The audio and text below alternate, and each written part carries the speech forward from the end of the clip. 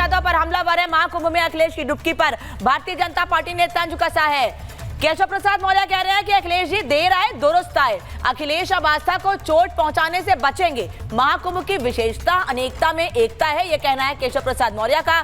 सफाई शांति के लिए महाकुंभ स्नान जरूर करें। केशव प्रसाद मौर्य और भारतीय जनता पार्टी के तमाम नेता अब अखिलेश यादव पर हमलावर हैं और बार बार यही सवाल पूछ रहे हैं कि वो अखिलेश यादव जिन्होंने पीडीएफ पत्रकार छोड़ रखे थे महाकुंभ की कमियां दिखाने के लिए, अब उन कमियों को नजरअंदाज करते हुए क्या अखिलेश वहां पर पहुंचे हैं या फिर कमियां थी ही नहीं, सिर्फ राजनीति हो रही थी।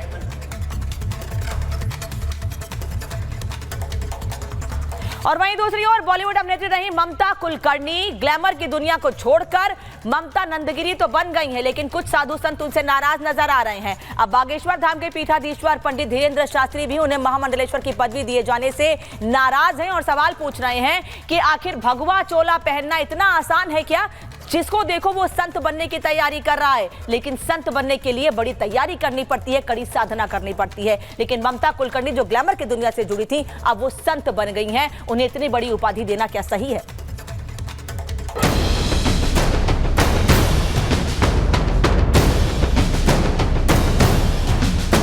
दो दिन पहले ग्लैमर की दुनिया को छोड़कर ममता कुलकर्णी ने अपनी पहचान बदली। पिंडदान कर वो ममता कुलकर्णी से ममता नंदगिरी बन गई।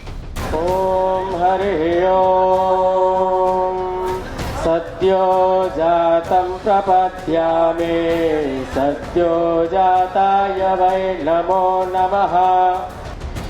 ममता कुलकर्णी ने फैसला किया कि वो आजीवन किन्नर अखाड़े के साथ रहेंगी और आगे पूरी जिंदगी सनातन धर्म का प्रचार करेंगी। लेकिन अब इस मामले में विवाद हो रहा है।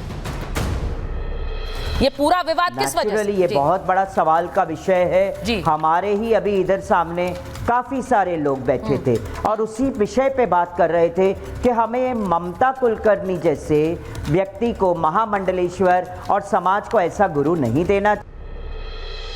ममता कुलकर्णी के किन्नर अखाड़े की महामंडलेश्वर बनने पर विवाद बढ़ता जा रहा है, जिससे कई संत नाराज हैं। अब इस मामले में बागेश्वर धाम के पीठाधीश्वर पंडित धीरेन्द्र शास्त्री ने ममता कुलकर्णी को महामंडलेश्वर बनाए जाने पर नाराजगी जताई है कि इससे पहले कथावाचक जगत गुरु हिमांगी सखी मां ने भी सवाल उठाए थे और कहा था कि इस तरह से किसी को महामंडलेश्वर नहीं बनाया जा सकता, क्योंकि इसकी पूरी प्रक्रिया होती है। संत बनना अलग है और हो जाना बहुत अलग है। संत बनना बहुत सरल है कि आप भी एक काम करो जैसे उन्होंने किया है, तो आप भी एक काम करो, बढ़िया भगवा रंग के कपड़े पहन लो, एक रुद्राक्ष की माला पहन लो हो गए आप भी महामंडलेश्वर। ये बनना है। हो जाना अलग है। होना अंदर से प्रकट होता है। जैसे घी मक्खन से प्रकट, दही से प्रकट होता है, मक्खन से घृत प्रकट होता है, वैसे ही संतत्व भी अंदर से प्रकट होता है। किसी के कहने पर, पॉपुलैरिटी पर, आर्थिक संपन्नता पर, इकोनॉमी संपन्नता पर आप संत नहीं हो सकते हैं। इसीलिए तो ये महान है कि आप सब कुछ हो सकते हैं। आप धन के बल पर सब कुछ हो सकते हैं और पॉपुलैरिटी के बल पर आप सब कुछ हो सकते हैं, पर आप संत नहीं हो सकते हैं।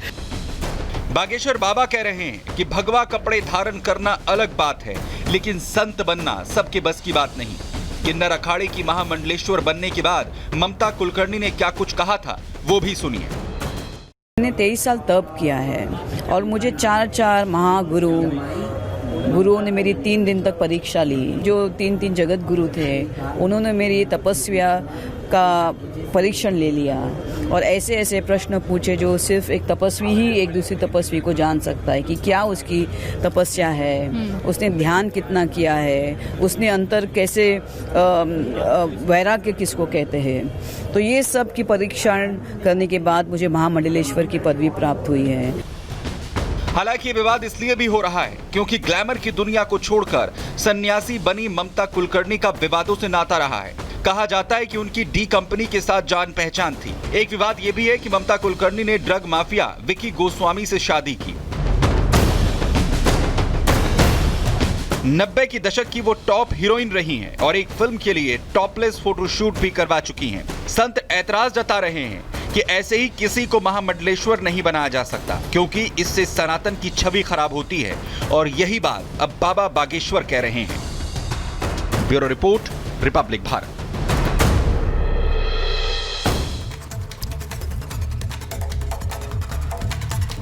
तो ममता कुलकर्णी को महामंडलेश्वर बनाए जाने पर बाबा बागेश्वर ने सवाल खड़े किए, तो वहीं दूसरी ओर मौलाना शहाबुद्दीन रिजवी बरेलवी ने बाबा बागेश्वर के बयान पर प्रतिक्रिया दी है। क्या कह रहे हैं सुनिए। बागेश्वर धाम के बाबा धीरेन्द्र शास्त्री जी हमेशा मुसलमानों के खिलाफ बोलने के लिए मौका तलाश करते हैं और वो चाहते हैं कहीं कहीं ना ऐसा कुछ मौका मिले या कोई रास्ता मिले जिसमें मुसलमानों को कटघरे में खड़ा किया जाए और उनके ऊपर इल्ज़ाम तराशी और बहतान तराशी की जाए। जबकि उनको सोचना चाहिए, समझना चाहिए कि यही वो मदारिस हैं जिन मदरसों पर वो 26 जनवरी जश्न जमहूरियत न मनाने का इल्ज़ाम लगा रहे हैं। यही वो मदारिस हैं जिन्होंने 1857 से लेकर के 1947 तक हिंदुस्तान को आज़ाद कराने में कलीदी किरदार अदा किया। महाकुंभ को लेकर कितने भी सवाल खड़े किए जाएं, लेकिन मुख्यमंत्री योगी आदित्यनाथ लगातार महाकुंभ से संदेश दे रहे हैं। साथ ही साथ वो ये कह रहे हैं कि महाकुंभ एक ऐसा बड़ा आयोजन है जो एकता का संदेश दे रहा है। ये एक वट वृक्ष की तरह है और एक वट वृक्ष की तुलना किसी झाड़ या झंखाड़ से नहीं की जा सकती है। क्या कहा मुख्यमंत्री योगी आदित्यनाथ ने महाकुंभ को लेकर, इस रिपोर्ट में देखिए।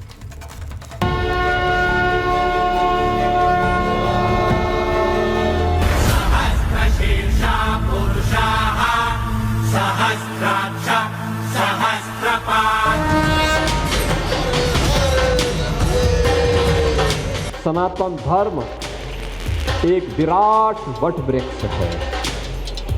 सनातन धर्म की तुलना किसी झाड़ी से नहीं हो सकती है, याद रखना। मुख्यमंत्री योगी आदित्यनाथ कहते हैं कि सनातन की तुलना झाड़ से नहीं हो सकती। सनातन विराट धर्म है। सनातन सुरक्षित तो दूसरे धर्म सुरक्षित। सनातन धर्म एक विराट वट वृक्ष है। सनातन धर्म की तुलना किसी झाड़ी से नहीं हो सकती है, याद रखना। गुरु गोविंद सिंह जी महाराज ने इसी धर्म के लिए अपने आप को बलिदान किया था। अपने 4 पुत्रों को इस सनातन धर्म के लिए बलिदान किया था। सीएम योगी कहते हैं कि सनातन विशाल है, सबसे महान है और अगर सनातन पर आंच आए तो दूसरे मजहब पर भी आंच आना तय है। सनातन धर्म सुरक्षित है तो हमारे मठ, मंदिर, मत और संप्रदाय भी सुरक्षित हैं। अगर भारत ही सुरक्षित नहीं तो सनातन धर्म भी सुरक्षित नहीं, कोई मत, मजहब, संप्रदाय सुरक्षित नहीं। दरअसल यूपी के मुख्यमंत्री योगी आदित्यनाथ ने ये बयान प्रयागराज महाकुंभ की पावन धरती से दिया, जहां इन दिनों रोजाना लाखों श्रद्धालु देश विदेश से स्नान करने पहुंच रहे हैं। इसलिए सीएम योगी का त्रिवेणी संगम से सामने आया ये बयान देश की राजनीति में चर्चा में आ गया है। सनातन धर्म को किसी संकीर्ण दायरे में कैद मत होने दीजिए, मत होने दीजिए। ये बहुत विराट स्वरूप है जी, सनातन धर्म का बहुत विराट स्वरूप है।